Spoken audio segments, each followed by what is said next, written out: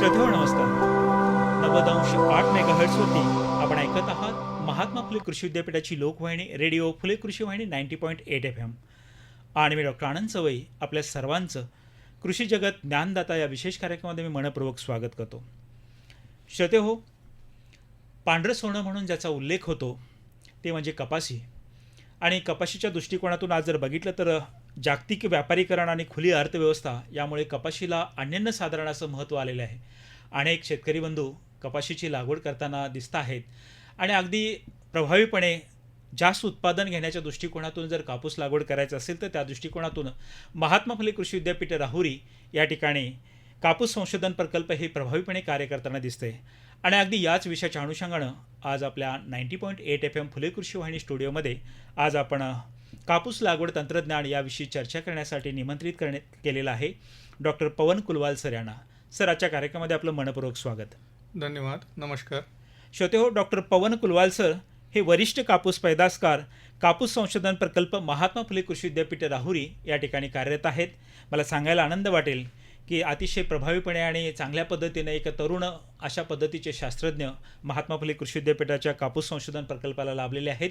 आणि आज आपण त्यांच्याकडून जाणून घेणार आहोत की कपाशी लागवड तंत्रज्ञान याविषयी आपण त्यांच्याकडून जाणून घेणार आहोत.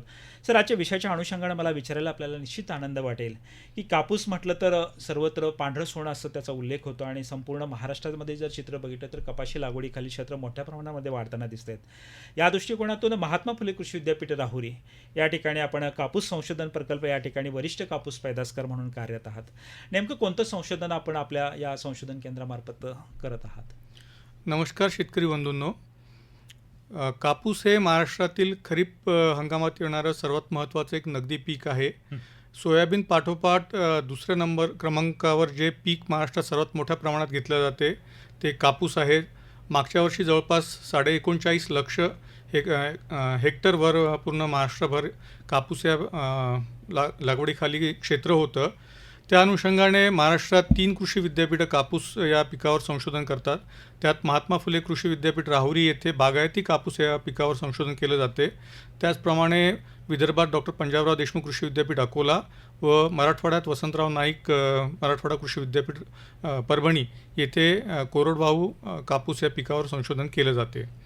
महात्मा फुले कृषी विद्यापीठ राहुरी येथील कापूस संशोधन प्रकल्पात जे बागायती कापसावर केंद्रित संशोधन केंद्र आहे, इथे प्रामुख्याने बागायती कापसासाठी जे सरळ वाण असतील, संकरित वाण असतील, अतिलांब धाग्याचे जे वाण असतील या सर्वांवर संशोधन केंद्रित केलं जात आहे.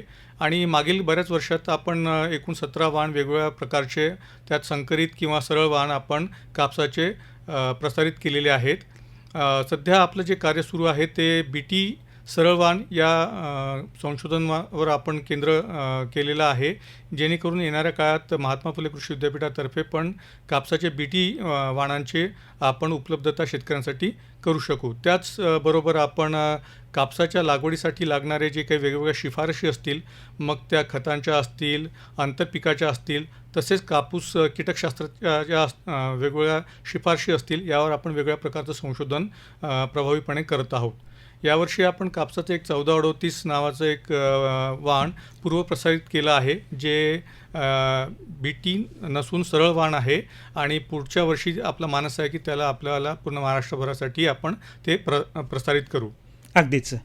श्रोतेहो, आज आपला विषय सुरू आहे कापूस लागवड तंत्रज्ञान आणि आपल्याशी संवाद साधत आहेत डॉक्टर पवन कुलवाल सर, वरिष्ठ कापूस पैदासकार कापूस संशोधन प्रकल्प महात्मा फुले कृषी विद्यापीठ राहुरी. आता खरीप हंगामाला सुरुवात होईल, कपाशी लागवडीला सुरुवात होईल. आणि सर, या दृष्टिकोनातून बियाणे लागवड करत असताना शेतकरी बांधवांना नेमकं कपाशीच्या बाबतीत कोणती काळजी घेणं अपेक्षित आहे? हा एक अत्यंत महत्त्वाचा एक प्रश्न असून बऱ्याच शेतकऱ्यांचे आम्हाला फोन या संदर्भात येत आहेत की नेमकं कोणते वाण आणि कसे निवडावे. तर वाण निवडताना एक महत्त्वाचा जो आपण अंदाज घ्यायला पाहिजे तो आहे की आपली जमीन कशा प्रकारची आहे. शेतकऱ्यांनी जनरली आपण काळ्या जमीन, खोल जमीन या जमिनीत आपण कापूस घेतला तर त्याचं उत्पन्न चांगल्या प्रकारे भेटू शकते. हलक्या जमिनीत त्याचं उत्पन्न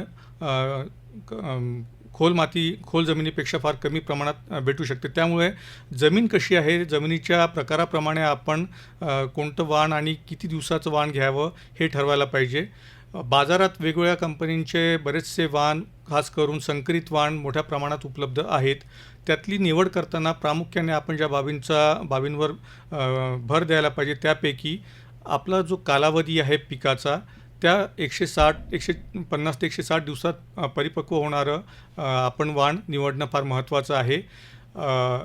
जेणेकरून आपल्याला रब्बी हंगामासाठी पण जमीन आपली वापरता येऊ शकते. अगदी.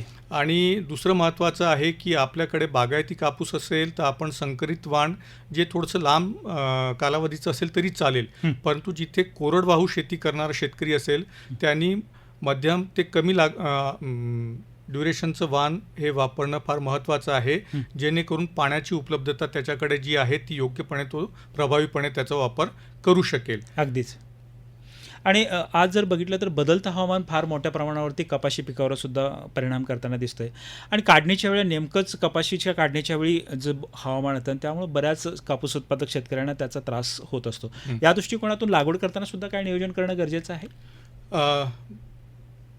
ही एक अत्यंत महत्त्वाची गोष्ट आहे की आपण मागच्या वर्षी बघितलं की खरीप हंगामात जसं मे महिन्यात पण आपला 200 mm पाऊस नगर जिल्ह्यामध्ये झाला होता, राहुरी तालुक्यात झाला होता. त्यानंतर जेव्हा बोंड मोठी व्हायला वाढीच्या काळात सप्टेंबर महिन्यात 400 मिलीमीटर पाऊस राहुरी ठिकाणी झाला होता. त्यामुळे दरवर्षी हवामानाचं हे जे बदलतं स्वरूप आहे त्याला प्रभावीपणे आपल्याला तोंड द्यायचं, सामोरं जायचं झालं तर आपण काही गोष्टींचा प्रामुख्याने विचार करणं फार महत्त्वाचं आहे की आपण जे वाण निवडत आहोत ते किती कालावधीचं आहे. लवकर परिपक्व होणारं वाण आपण घेतलं तर ते कदाचित ऑक्टोबरच्या पावसात आपलं ओलं होऊ शकते. अशा वेळेस आपल्याला हे पाहावं लागेल की मागच्या काही वर्षात पाण्याचा किंवा पर्जन्यमानाचा कशा प्रकारे आपल्या इथे अंदाज राहिलेला आहे, त्या अनुषंगाने किंवा हवामान खात्याने दिलेल्या ज्या सूचना आहेत की यावर्षी पाऊस कशा प्रकारचा राहणार आहे. मागच्याच महिन्यात IMDने आपल्याला काही एल निनोच्या बाबतीत आपल्याला काही अंदाज दिलेले आहेत. त्यांनी त्याच्यात दिलं आहे की कोणत्या महिन्यात पावसाची शक्यता कमी आहे किंवा जास्त आहे. त्या अनुषंगाने आपण विचार केला तर यावर्षी तसा पाऊस कमी पडण्याचा त्यांनी अंदाज व्यक्त केला आहे. त्यामुळे मागच्या वर्षीची परिस्थिती या वर्षीच्या परिस्थितीत दोनमध्ये फार लक्षणीय आपल्याला बदल दिसू शकतो. त्यामुळे आपण वाण निवडताना 160 दिवसापर्यंतचं जे परिपक्व होणारं वाण आहे, जेव्हा काढणी आपल्याला दोन्ही वेचण्या आपल्या किंवा 2 किंवा 3 वेचण्या ज्या आहेत त्या पूर्ण होऊ शकतील असं वाण आपण घेणं आवश्यक आहे. आणि बाजारात अशा प्रकारचे भरपूर वाण आपल्याला उपलब्धता पाहायला भेटत आहे. अगदीच.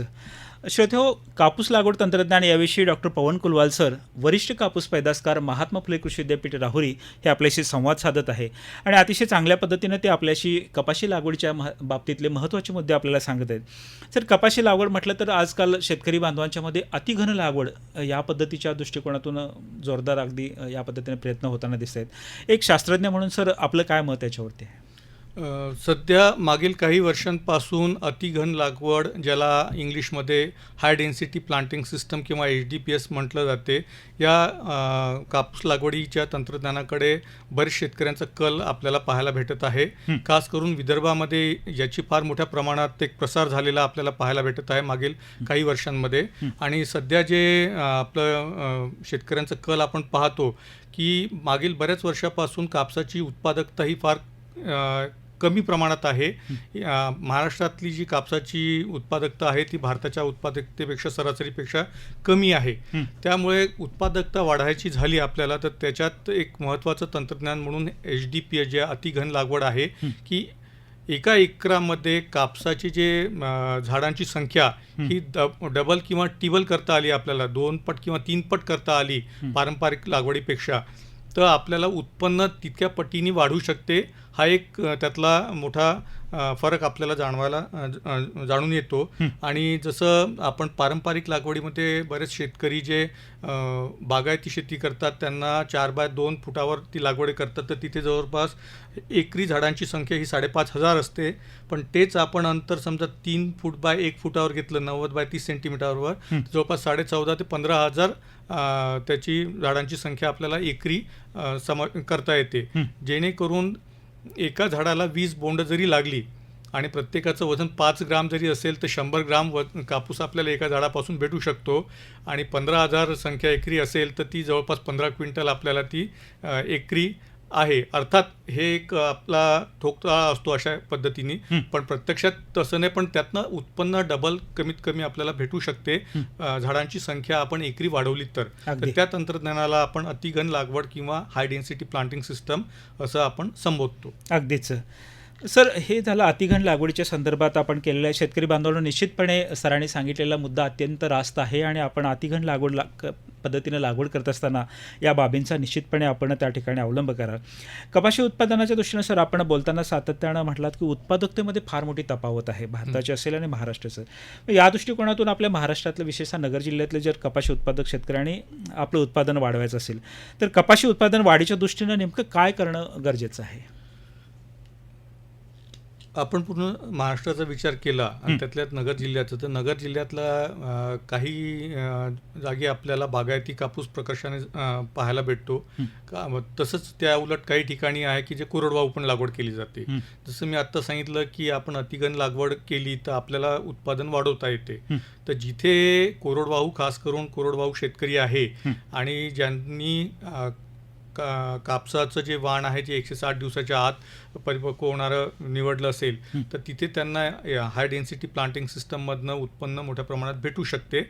पण जिथे बागायती शेती आहे तर बागायती शेतीमध्ये हाय डेन्सिटी प्लांटिंग जनरली आपण करत नाही, कारण की तिथे जी वाढ होते झाडाची ती मोठ्या प्रमाणात होते, फांद्यांची वाढ मोठी होते, त्यामुळे तिथे एकरी झाडांची संख्या तितकी आपल्याला भेटत नाही जितकी व्हेजिटेटिव्ह ग्रोथ जास्त होते. तर तो एक फरक आहे. त्यामुळे आपण कशा प्रकारची शेती करत आहात, आपण जसं कोरडवाहू शेतकरी असेल त्यांनी ही पद्धती वापरली कापसाची हाय डेन्सिटी प्लांटिंग सिस्टम, किंवा त्यांनी पारंपरिक पण अंतरावर लावलं, तर दोघांमध्ये काही गोष्टी अशा आहे की ज्या प्रामुख्याने आपण घेतल्या, खास करून जिथे हाय डेन्सिटी आपण प्लांटिंग करत आहोत त्याच्या संदर्भातले पण वाण आता आपल्याला बाजारात उपलब्ध झालेले आहेत. तर तिथे जे विद्यापीठाची एक शिफारस आपण मागच्या वर्षी दिलेली आहे की 40 दिवसानंतर जी गळफांदी असते कापसाची की ज्याला बोंड लागत नाही किंवा एखादा बोंड कधीतरी लागतो, ती कापून टाकणे आणि 70 ते 75 दिवसांनी त्या झाडाचा शेंडा खोडणे, हे एक फार अत्यंत प्रभावीपणे वापरलं गेलं तर याचा खूप मोठ्या प्रमाणात फायदा आपल्याला उत्पादनात पाहायला भेटतो.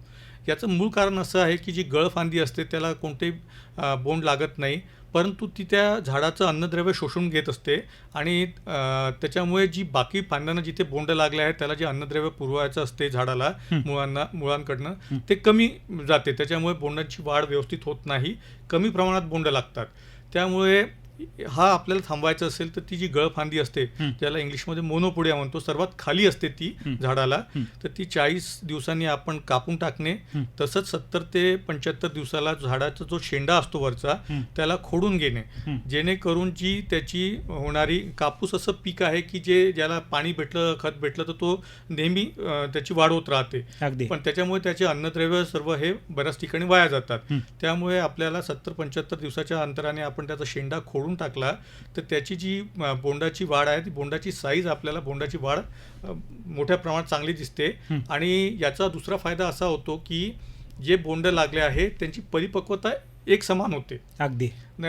जेणेकरून आपण ज्या 3 किंवा 4 वेचण्या करतो तर त्यातनं 2 किंवा 3 वेचणीमध्येच आपला संपूर्ण कापूस आपल्याला हाती लागू शकतो. आणि कापसाचा कालावधी पण काही दिवसांनी कमी होतो. एकसाथ फुटल्यामुळे आपल्याला जो काढणीचा खर्च आहे, वेचणीचा खर्च जो आहे तो आपण बऱ्या प्रमाणात त्याच्यात आपण कमतरता आणू शकतो. याचं अजून एक महत्त्वाचं जे आम्हाला आमच्या संशोधनातून माहीत पडलं आहे की शेंडा खोडणीचा दुसरा एक महत्त्वाचा आपल्याला ॲडव्हान्टेज असा आहे की जो बोंड अळी जी असते, गुलाबी बोंड अळी, ही उशिराने येणारी एक कीड आहे. जवळपास 120-140 दिवसानंतर त्याचा प्रादुर्भाव मोठ्या प्रमाणात पाहायला भेटतो. परंतु शेंडा खोडण्यामुळे आपले जे ते बोंड असतात ते परिपक्व लवकर होतात आणि एकसमान होतात. त्यामुळे आपली वेचणी ही आपण लवकर करू शकतो, जेणेकरून नंतरच्या काळात जी बोंडअळी असते, गुलाबी बोंडअळी खास करून, त्याच्यापासून त्याची सुटका होऊ शकते. त्यामुळे शेतकऱ्यांनी काही असे उपाययोजना करून पाहाव्या, त्यांनी स्वतःचा अनुभव घ्यावा, जेणेकरून आम्ही जे सांगत आहे ते आपल्याला पटलं तर पुढच्या वर्षी आपणच ते मोठ्या प्रमाणात ते त्याचं आपण अंतर्भाव आपल्या प्रचार आणि प्रसार करू शकता. मागच्या वर्षी पण आपण असे काही सडे गावात आपण शेतकऱ्यांना आपण सांगितलं, ते थोडंसं मोहतेकीचं शेंडा खोडणं हे थोडंसं त्याला वेळ लागतो म्हटलं, पण एकदाच करणं आहे ते तुम्हाला, पण त्याचा ॲडव्हान्टेज फायदा आपल्याला नक्की भेटतो. तर काही दिवसांनी तेच शेतकरी येऊन आम्हाला सांगत होते की साहेब आम्ही दोन्ही पद्धतीने करून बघितलं, पारंपरिक आणि तुम्ही सांगितल्याप्रमाणे, त्यातून नक्की आम्हाला ते चांगलं आहे असं आनंद होत आहे सांगताना. अगदी शेतकरी बंधूंनो, शेती करत असताना त्याला शास्त्रीय दृष्टिकोन असणं महत्त्वाचं गरजेचं आहे. आणि याच दृष्टीनं डॉक्टर पवन कुलवाल सर, वरिष्ठ कापूस पैदासकार, हे अगदी शास्त्रीय पद्धतीनं आपल्याला कापूस संशोधन प्रकल्पाच्या संशोधनाअंती जे निष्कर्ष आलेत त्यातून आपल्याला महत्त्वाच्या अशा 2 तंत्रज्ञान आपल्याला सांगितले की गळफांदी आणि शेंडा खुडणे, ह्या 2 तंत्रज्ञानाचा जर अवलंब केला तर आपलं उत्पादन वाढेल, उत्पन्न वाढेल आणि येणारं आपल्या किडीचं जो गुलाबी बोंडाळी आहे तिचंसुद्धा नियंत्रण आपण, म्हणजे तिहेरी फायदे सरांनी या माध्यमातून सांगितले. आणि या माध्यमातून आपण कपाशी उत्पादन वाढीचं तंत्रज्ञान देखील मोठ्या प्रमाणामध्ये आपल्या शेतावरती आपण अवलंब करू शकतात. निश्चितपणे आपण ऐकत आहात डॉक्टर पवन कुलवाल सर, वरिष्ठ कापूस पैदासकार, कापूस संशोधन प्रकल्प, महात्मा फुले कृषी विद्यापीठ राहुरी. त्यांची मुलाखत ऐकत असताना ऑनलाईन चॅनेल, व्हॉट्सअप चॅनल किंवा यूट्यूब चॅनलच्या माध्यमातून ऐकत असताना आपल्याही मनात काही शंका आल्या असतील, काही प्रश्न आले असतील, अजून काय आपल्याला शास्त्रीय दृष्टिकोनातून कापूस लागवड जाणून घ्यायची असेल, तर या दृष्टिकोनातून मी डॉक्टर पवन कुलवाल सर यांचा संपर्क क्रमांक आपल्याला देत आहे. आपण कार्यालयीन वेळेत त्यांच्याशी आपण संपर्क साधून आपल्याही काय मनात शंका असतील तर त्याचं निरसन आपण करून घेऊ शकता. त्यासाठी मी त्यांचा संपर्क क्रमांक देत आहे 94 041 13 740. संपर्क क्रमांक पुन्हा एकदा 94 041 13 740, 9404 11 3740. तर निश्चितपणे आपण त्यांच्याशी संपर्क साधून शास्त्रीय दृष्टिकोनातून कपाशी लागवड करत असताना आपण आपल्या उत्पादन वाढीसाठी आपण त्यांच्याशी संपर्क साधून आपल्या माहितीचं निरसन करू शकता. सर, आपण कपाशी उत्पादन वाढीच्या दृष्टीनं अत्यंत चांगलं तंत्रज्ञान या ठिकाणी आमच्या कपाशी उत्पादक शेतकऱ्यांसाठी सांगितलं आहे. पण आज सर्वत्र बघितलं तर क्लीन कल्टिवेशन या दृष्टिकोनातून कपाशीकडे पण बघितलं जातं. गाजर गवत असेल, त्याचं प्रसारण असेल किंवा काही रोग असतील, तर या संदर्भात आपले काय अनुभव आहेत सर? मागील वर्षी आम्हाला बऱ्याचशा तक्रारी कृषी विभागाकडनं कापसाच्या संदर्भात आल्या होत्या. त्यात प्रकर्षाने असे जाणवले आणि आमच्या संशोधनामधून असे जाणवले की नगर जिल्ह्यात टोबॅको स्ट्रिक व्हायरस या रोगाचा प्रादुर्भाव कापसावर फार मोठ्या प्रमाणात झालेला आहे. मागच्या 2 वर्षात आमचा अनुभव तसा आहे. त्याचं मुख्य कारण जे आम्हाला आढळलं ते असं होतं की ज्या शेतकऱ्यांनी आपल्या शेतात कापसावर येणाऱ्या ज्या रस शोषक किडी आहेत त्यांचा बंदोबस्त, प्रादुर्भाव योग्य वेळी केला नाही. कारण की हा जो व्हायरस आहे हा त्या रस शोषण करणाऱ्या किडींमुळे मोठ्या प्रमाणात होतो.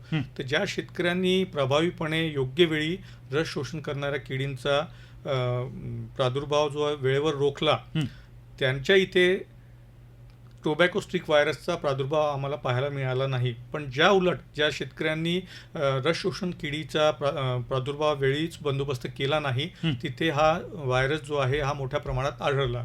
त्याशिवाय जिथे गाजर गवत मोठ्या प्रमाणात होतं तिथे गाजर गवत हे त्याचं एक त्याला वाढीसाठी एक पोषक ठरतं, त्या व्हायरसला ट्रान्समिटर म्हणून काम करतं, ते व्हेक्टर म्हणून काम करतं, अल्टरनेट होस्ट म्हणून आहे. तर ते जिथे गाजर गवत मोठ्या प्रमाणात होतं तिथे पण शेतकऱ्यांच्या शेतावर टोबॅको स्ट्रिक व्हायरसचा मोठ्या प्रमाणात प्रादुर्भाव पाहायला मिळाला. त्यामुळे आमचा सल्ला असा आहे की गाजर गवत जिथे असेल ते योग्य वेळी त्याचं काढून त्याला नष्ट करणे.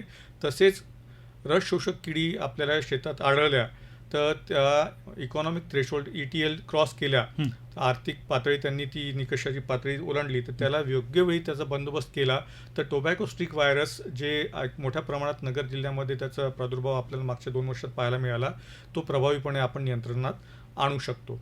तर शेतकऱ्यांनी कृपया याची जाणीवपूर्ण त्यांना हे सांगण्यात येत आहे की त्यांनी याच्यावर मोठ्या प्रमाणात लक्ष द्यावं. कारण की टोबॅको स्ट्रिक व्हायरस आल्यावर त्याच्यावर कंट्रोल आपल्याकडे सध्या काही नाही आहे. व्हायरस असल्यामुळे कंट्रोल पण करू शकत नाही, होत नाही आणि ते झाड पूर्णपणे नंतर वाळून जाते, त्याला बोंड व्यवस्थित लागत नाही. त्यामुळे आपल्याला आपलं जे उत्पन्नात घट कमी करायची असेल या व्हायरसमुळे, तर गाजर गवताचं निर्मूलन करणे योग्य वेळी आणि रस शोषक किडींचा प्रादुर्भाव योग्य वेळी त्याला बंदोबस्त करणे, त्यासाठी चिकट सापळे व्यवस्थित लावणे हा त्याला एक महत्त्वाचा आपल्याला आपण मार्गदर्शक सूचना आपण देत आहोत. अगदीच. Precaution is better than cure आपण ज्याला आपण म्हणत असतो, तर त्या पद्धतीनं जर कपाशी लागवड करत असताना या बाबींचा जर आपण प्रकर्षानं याची जर काळजी घेतली तर निश्चितपणे आपल्याला कपाशी उत्पादनात येणारे हे काही रोग असतील, काही किडे असतील, तर यांचंसुद्धा आपल्याला त्या ठिकाणी निराकरण करता येतं, हेच सर या ठिकाणी आपल्याला सांगत आहेत. सर आता जून महिना म्हटलं की लगेच कपाशीचं बियाणं मोठ्या प्रमाणामध्ये बाजारामध्ये येताना दिसतंय आणि शेतकरी बांधवांची एकच गर्दी होते की जे उपलब्ध असेल बियाणं ते खरेदी करायचं आणि आपल्या शेतामध्ये लावायचं. या दृष्टिकोनातून काही वेळा त्यांना पश्चाताप करण्याची किंवा त्यांच्या पदरी निराश येण्याची देखील शक्यता असते, प्रॉपर काळजी नाही घेतली तर या दृष्टिकोनातून कपाशीचं बियाणं खरेदी करत असताना नेमकं कपाशी उत्पादक शेतकऱ्यांनी कोणती काळजी घेणं अपेक्षित आहे? सध्या बाजारात वेगवेगळ्या कंपन्यांचे, खाजगी कंपन्यांचे वेगवेगळे वाण, संकरित वाण खास करून उपलब्ध आपल्याला पाहायला भेटतात. बऱ्याचदा असे आढळते की शेतकऱ्यांना बी जे घेतलं जाते त्यांना वेळेवर ते भेटत नाही, त्यामुळे ते जे आहे तसंच ते बियाणं घेतात. त्यांचं कोणत्याही प्रकारचं ते रिसिप्ट किंवा त्याला पावती असते ते सांभाळून ठेवत नाही. त्यामुळे शेतकऱ्यांनी एक काळजी घेणं महत्त्वाचं आहे की ज्या कोणत्या कंपनीचं वाण, बियाणं किंवा कुठूनही जे वाण घेत असतील कृषी सेवा केंद्रामधनं किंवा कुठूनही, त्याचं त्यांनी त्याची पावती योग्य सांभाळून ठेवणं आवश्यक आहे, जेणेकरून उद्या काही तक्रार उद्भवली तर ते त्याला पुरावा म्हणून ते सादर करू शकतील. आणि कोणीही सध्या बाजारात BG4, BG5, BT5, BT6 असं काहीतरी बरेच शेतकरी विचारतात काय आहे, तर हे भारत सरकारने असं कोणतंही अजून त्याला परवानगी दिलेली नसून भारतात फक्त BG1 आणि BG2 ह्याच फक्त लावण्यासाठी परवानगी देण्यात आली आहे.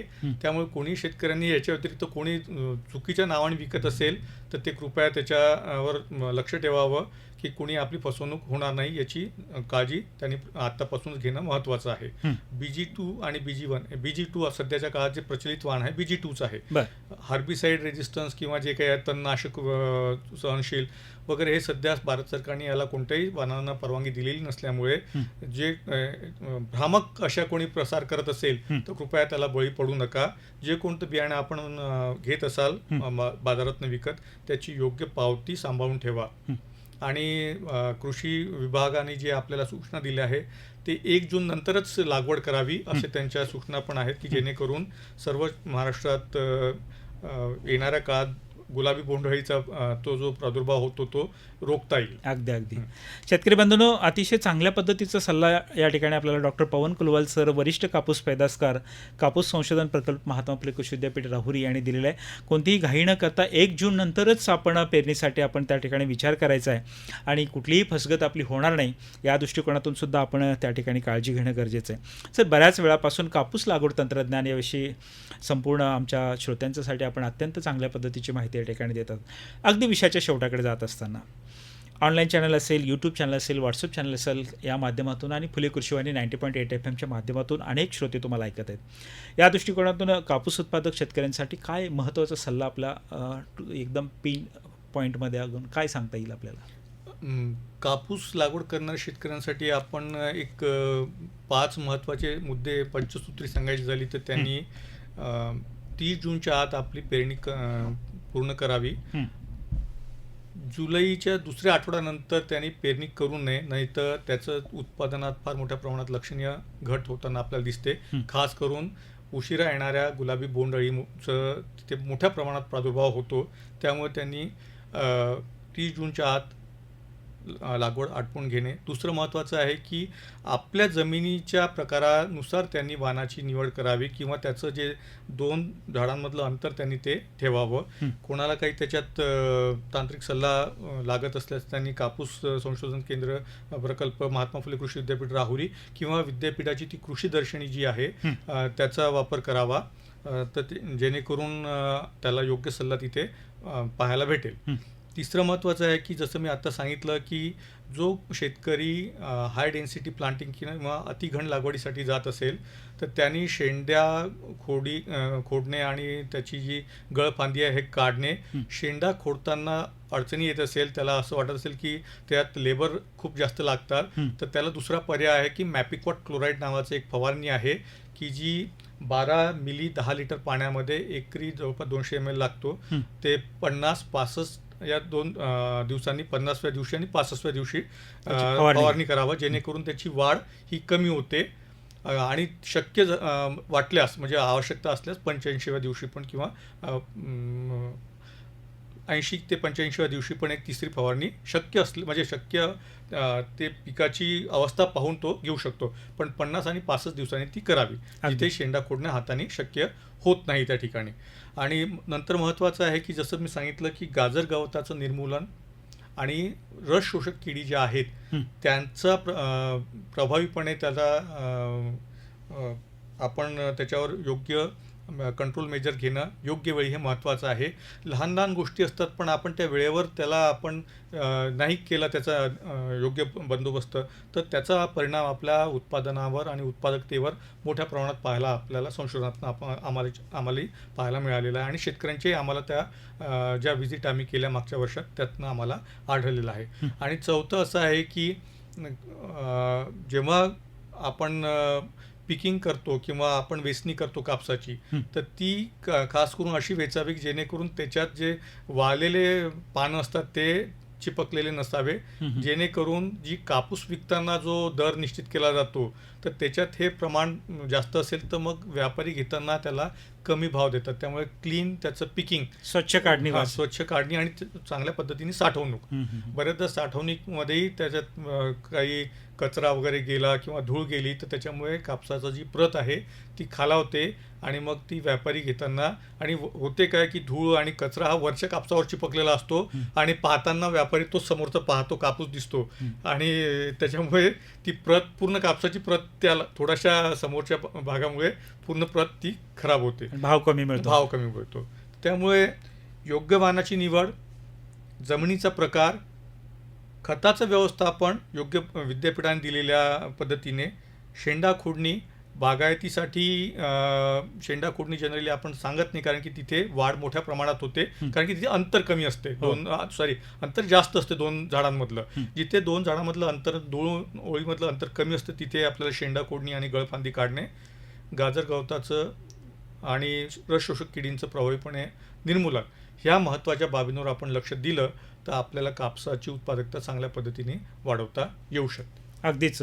शेतकरी बंधूंनो, कापूस लागवडीची पंचसूत्री ही अतिशय संशोधनाच्या अंती वरिष्ठ कापूस पैदासकार महात्मा फुले कृषी विद्यापीठ राहुरी डॉक्टर पवन कुलवाल सर यांनी आपल्याला सांगितलेलं आहे. त्याचा आपण निश्चितपणे अवलंब करणं गरजेचं आहे. आणि अगदी याच दृष्टिकोनातून फुले कृषी तंत्रज्ञान घरोघरी समृद्धी येईल गावोगावी या महात्मा फुले कृषी विद्यापीठाचे सन्माननीय कुलगुरू डॉक्टर विलास खर्चे सर यांच्या संकल्पनेतून प्रत्येक शेतकऱ्यांची उन्नती व्हावी, प्रगती व्हावी या दृष्टिकोनातून अगदी प्रामाणिक भावनेतून हे तंत्रज्ञान आम्ही तुमच्यापर्यंत पोहोचवण्याचं कार्य करत आहोत. रेडिओ फुले कृषी वाहिनीच्या माध्यमातून आणि फुले कृषी वाहिनी यूट्यूब चॅनलच्या माध्यमातून देखील आपण डॉक्टर पवन कुलवाल सर यांची ही पंचसूत्री आणि वरिष्ठ कापूस तंत्रज्ञान वरिष्ठ कापूस पैदासकार कापूस संशोधन प्रकल्प महात्मा फुले कृषी विद्यापीठ राहुरी आणि संशोधनांती हे कापूस लागवडीचं प्रभावी तंत्रज्ञान आपल्याला सांगितलेलं हे आपल्याला ऐकता येईल, पाहता येईल. यासाठी निश्चितपणे आपण महात्मा फुले कृषी विद्यापीठाच्या फुले कृषी वाहिनी या यूट्यूब चॅनलला सुद्धा सबस्क्राईब करायचं आहे, लाईक करायचं आहे आणि पाहायचं आहे, जेणेकरून आम्हाला रिसेंट सर्व माहिती आपल्यापर्यंत पोहोचवता येईल हेच या ठिकाणी सांगायचं आहे. सर, आपण बऱ्याच वेळापासून 90.8 FM फुले कृषी वाहिनी स्टुडिओमध्ये आपण आलात आणि आमच्या सर्व श्रोत्यांच्यासाठी अत्यंत चांगल्या पद्धतीनं कापूस लागवडीची पंचसूत्री याविषयीची सविस्तर माहिती या ठिकाणी दिलात. त्याबद्दल सर्व श्रोत्यांच्या वतीनं आणि ऑनलाईन चॅनल, यूट्यूब चॅनल आणि व्हॉट्सअप चॅनलच्या माध्यमातून ऐकणाऱ्या सर्व श्रोत्यांच्या वतीनं आपल्याला खूप खूप धन्यवाद आणि आपल्या भावी निरामय निरोगी आयुष्यासाठी खूप खूप शुभेच्छा. धन्यवाद. श्रोते हो, कापूस लागवडीची पंचसूत्री याविषयी डॉक्टर पवन कुलवाल वरिष्ठ कापूस पैदासकार कापूस संशोधन प्रकल्प महात्मा फुले कृषी विद्यापीठ राहुरी यांनी दिलेली माहिती आपण ऐकलीत. या ठिकाणी आपला निरोप घेण्याची वेळ झाली. मी डॉक्टर आनंद सवई आपल्या सर्वांची कृषी जगत ज्ञानदाता या विशेष कार्यक्रमामध्ये आपला निरोप घेतो. नमस्कार.